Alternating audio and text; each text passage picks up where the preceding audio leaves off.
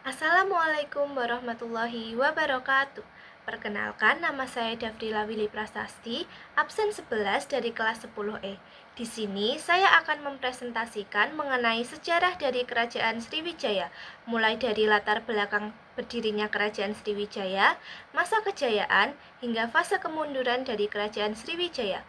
Langsung saja kita memasuki materi yang pertama, yaitu latar belakang berdirinya Kerajaan Sriwijaya. Latar belakang berdirinya Kerajaan Sriwijaya. Kerajaan Sriwijaya merupakan salah satu kerajaan Buddha yang berdiri di wilayah Sumatera, tepatnya di sekitar pesisir Sungai Musi dan Sungai Ogan yang sudah ada sejak abad ke-7 Masehi. Sriwijaya ini didirikan oleh Dapunta Hayang Srijayanasa. Kerajaan Sriwijaya ini berpusat di daerah yang sekarang dikenal sebagai Palembang atau ada di daerah Sumatera Selatan. Kerajaan Sriwijaya juga bisa disebut sebagai kedatuan karena kerajaan ini itu lebih fokus mengembangkan perdagangannya dan penyebaran agama daripada memperkuat kekuasaan politiknya. Hal ini didukung oleh letak Sriwijaya yang sangat strategis, yaitu di jalur perdagangan internasional, khususnya di Selat Malaka yang menghubungkan India dan Tiongkok. Sehingga wilayah Sriwijaya ini ramai dikunjungi para pedagang asing. Selain itu, kekayaan sumber daya alam yang melimpah serta peran Sriwijaya sebagai pusat penyebaran agama Buddha itu turut menjadi faktor penting yang melatar belakangi berdirinya kerajaan ini. Nah, nama Sriwijaya ini sebenarnya berasal dari bahasa Sanskerta, di mana Sri itu berarti gemilang atau bercahaya, dan Wijaya berarti kemenangan. Kombinasi kata Sri dan Wijaya tersebut mencerminkan keagungan dan kejayaan dari kerajaan Sriwijaya ini.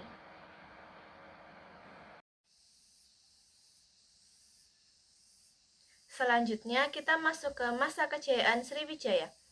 Masa kejayaan Sriwijaya terjadi saat dipimpin oleh Raja Balaputra Dewa. Pada masa itu, Sriwijaya berhasil menguasai jalur perdagangan penting dan memperluas pengaruhnya ke berbagai wilayah. Kekuasaan Sriwijaya ini bahkan sampai ke daerah seperti Kamboja dan Thailand. Hal ini dibuktikan dengan adanya bangunan seperti Pagoda Boromdet di Jaya, Thailand, yang memiliki ciri khas arsitektur khas dari kerajaan Sriwijaya. Letaknya yang strategis di jalur perdagangan membuat Sriwijaya ini mudah menjual berbagai hasil alamnya, seperti cengkih, kayu gaharu, kayu cendana, kapur barus, pala, dan kapulaga. Karena itu, Sriwijaya berkembang pesat sebagai pusat perdagangan.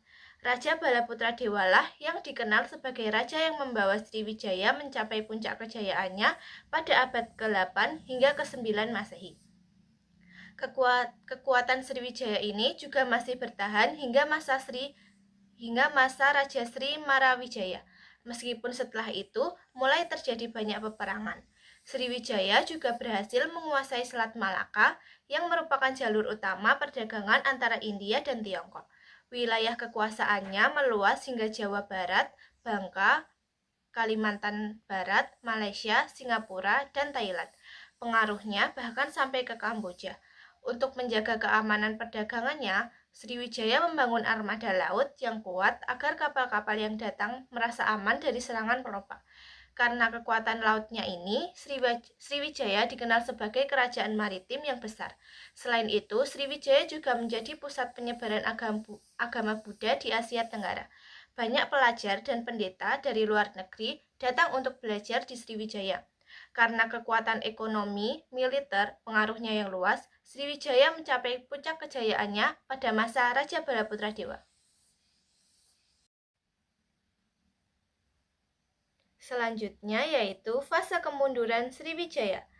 Kerajaan Sriwijaya mulai mengalami kemunduran sejak abad ke-11 Masehi di bawah pimpinan Sanggrama Wijaya Tunggawarman. Kemunduran ini tidak terjadi secara tiba-tiba, melainkan melalui beberapa tahap yang dipengaruhi oleh faktor internal dan faktor eksternal. Salah satu penyebab utamanya adalah serangan dari kerajaan Kola Mandala atau dinasti Chola dari India Selatan pada tahun 1017 dan 1025 Masehi, yang dipimpin oleh Rajendra Kolai.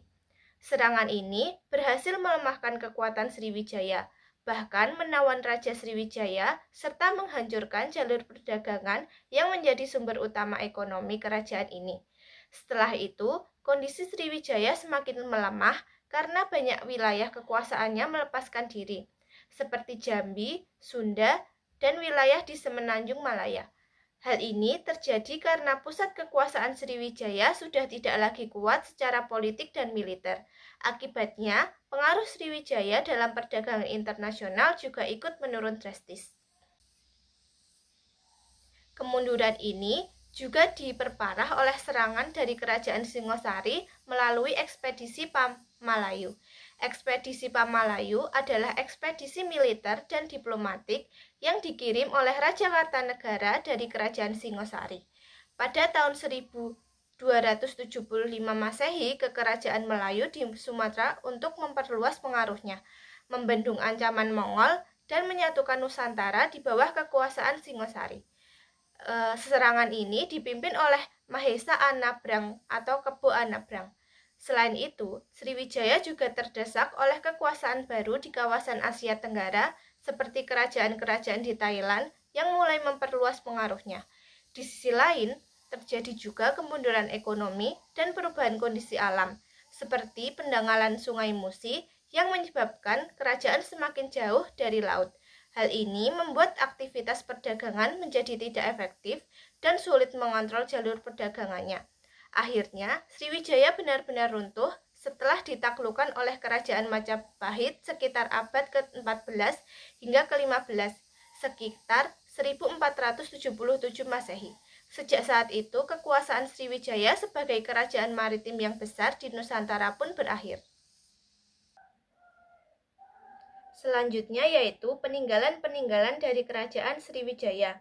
Yang pertama ada Prasasti Kedukan Bukit. Prasasti Kedukan Bukit merupakan bukti paling penting awal berdirinya kerajaan Sriwijaya. Prasasti ini ditemukan di Palembang, tepatnya di tepi Sungai Tatang, pada tahun 683 Masehi. Prasasti ini ditulis menggunakan huruf Palawa dan bahasa Melayu kuno. Isinya menceritakan perjalanan suci Sidayatra yang dilakukan oleh Dabunta Hayang dengan membawa ribuan pasukan hingga berhasil mendirikan kekuasaan Sriwijaya. Hal ini menunjukkan bahwa Sriwijaya berkembang melalui ekspansi militer dan kekuatan maritim. Sehingga prasasti ini dianggap sebagai catatan awal lahirnya Sriwijaya. Yang kedua, Prasasti Kota Kapur. Prasasti Kota Kapur berkaitan dengan ekspansi wilayah Sriwijaya dan ditemukan di Pulau Bangka pada tahun 686 Masehi. Isi prasasti ini berupa kutukan bagi siapa saja yang memberontak terhadap kerajaan, serta menyebutkan rencana ekspedisi ke wilayah lain, termasuk Jawa. Prasasti ini menjadi bukti bahwa Sriwijaya melakukan penaklukan wilayah luar dan memperluas kekuasaannya. Yang ketiga, ada Prasasti Talang Tuo. Prasasti Talang Tuo menunjukkan sisi keagamaan dan kesejahteraan sosial kerajaan Sriwijaya. Prasasti ini ditemukan di wilayah barat Palembang pada tahun 684 Masehi. Isinya menjelaskan tentang pembangunan Taman Sri Skerta oleh raja yang bertujuan untuk kesejahteraan semua makhluk hidup, tidak hanya manusia. Selain itu, terdapat doa-doa Buddha yang menunjukkan bahwa Sriwijaya merupakan pusat agama Buddha Mahayana. Hal ini membuktikan bahwa Sriwijaya tidak hanya kuat secara politik, tetapi juga peduli terhadap kesejahteraan dan kehidupan sosial. Yang keempat ada Prasasti Telaga Batu. Prasasti Telaga Batu merupakan salah satu prasasti unik karena berisi sumpah setia kepada kerajaan. Prasasti ini ditemukan di Palembang dan digunakan dalam upacara sumpah jabatan. Isinya memuat kutukan bagi pejabat atau rakyat yang tidak setia, serta menyebutkan berbagai jabatan dalam pemerintahan. Hal ini menunjukkan bahwa struktur pemerintahan Sriwijaya sudah terorganisir dengan baik. Yang kelima ada Prasasti Karangbrahi. Prasasti Karangbrahi ditemukan di Jambi dan berisi sumpah serta kutukan terhadap musuh kerajaan. Isi prasasti ini menunjukkan bahwa wilayah Jambi telah berada di bawah kekuasaan Sriwijaya. Selain itu, prasasti ini juga menggambarkan cara kerja kerajaan menjaga kesetiaan dan kekuasaan di daerah yang dikuasainya. Yang keenam ada Prasasti Liger. Prasasti Liger ditemukan di wilayah Thailand Selatan dan menjadi bukti bahwa pengaruh Sriwijaya telah meluas hingga Asia Tenggara, bahkan di luar Indonesia. Isi prasasti ini menunjukkan adanya hubungan politik dan keagamaan antara Sriwijaya dengan wilayah lain. Hal ini membuktikan bahwa Sriwijaya merupakan kerajaan besar dengan jangkauan internasional. Yang ketujuh ada Candi Muara Takus. Candi Muara Takus yang terletak di Riau merupakan kompleks candi Buddha peninggalan Sriwijaya. Candi ini digunakan sebagai pusat kegiatan keagamaan dan menjadi bukti kuatnya pengaruh agama Buddha di wilayah tersebut. Selain itu, keberadaan candi ini juga menunjukkan berkembangnya arsitektur pada masa Sriwijaya. Yang kedelapan ada Candi Muaro Jambi. Candi Muaro Jambi yang terletak di Jambi merupakan salah satu kompleks percandian Buddha terbesar di Asia Tenggara.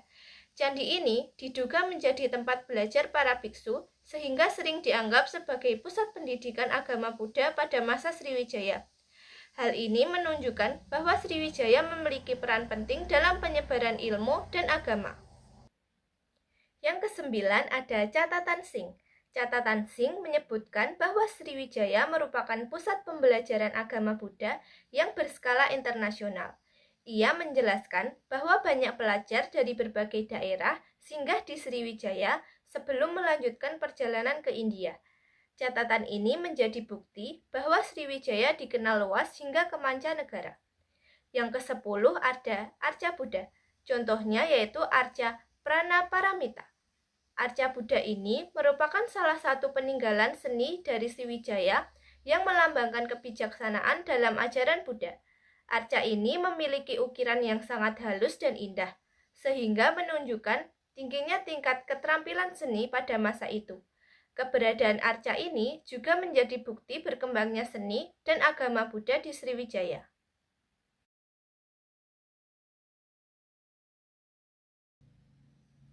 Sekian presentasi dari saya.